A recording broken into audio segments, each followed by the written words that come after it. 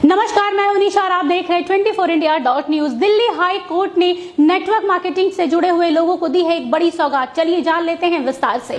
Delhi high court का बड़ा और अहम फैसला। अब अमेजन, फ्लिपकार्ट और स्नैपडील जैसी कंपनियां डायरेक्ट सेलिंग यानी सीधे ग्राहकों को सामान बेचने वाली कंपनियों का सामान बिना उनकी मंजूरी के अपने प्लेटफॉर्म पर नहीं बेच सकेंगे।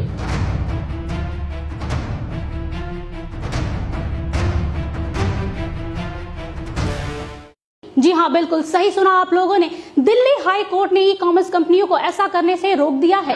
आपको बता दें कि ये बड़ा फैसला जस्टिस प्रतिभा एम सिंह ने अपने अंतिम निर्देश डायरेक्ट सेलिंग करने वाली कंपनियों की याचिकाओं पर यह अहम फैसला सुनाया है। अब जरा विस्तार से जान लेते हैं कि आखिरकार इतने बड़े फैसले के पीछे क्या मकसद हो सकता है।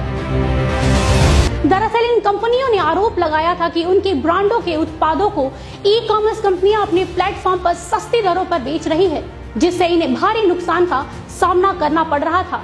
उन्होंने ये भी आशंका जताई है कि उनके प्रोडक्ट यानी उनके उत्पाद के साथ छेड़छाड़ और जालसाजी भी की जा रही थी। दरअसल ई कॉमर्स कंपनियों द्वारा बेचे जा रहे सामानों की कीमतों में हमेशा से उतार चढ़ाव देखने को मिलता रहा है, जिससे ग्राहकों को सस्ते दामों पर लुभान्वित ऑफर मिलते आए हैं, जिसके कारण ग्राहक उन उत्पादों के विषय में ज्यादा जानकारी नहीं लेते थे और धोखा खाते थे। उन्हें असली और नकली उत्पादकों के विषय में पता ही नहीं चलता था।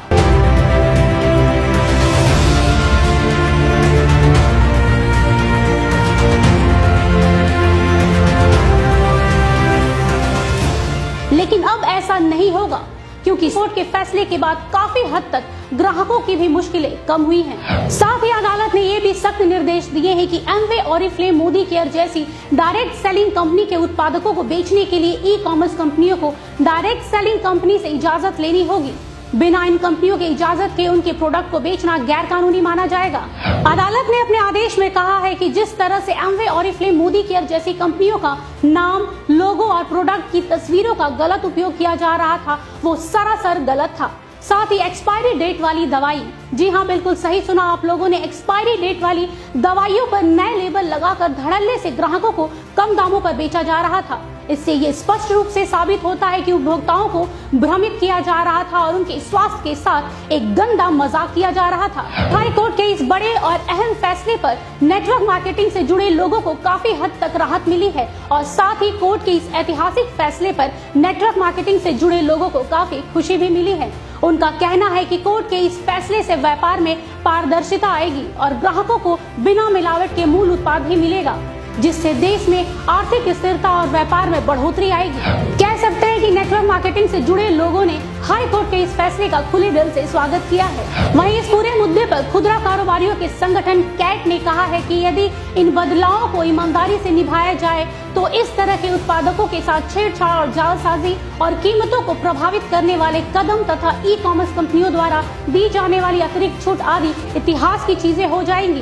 दोस्तों, कोर्ट का फैसला तो सराहनीय है, लेकिन हम ग्राहकों को सचेत करना चाहते हैं।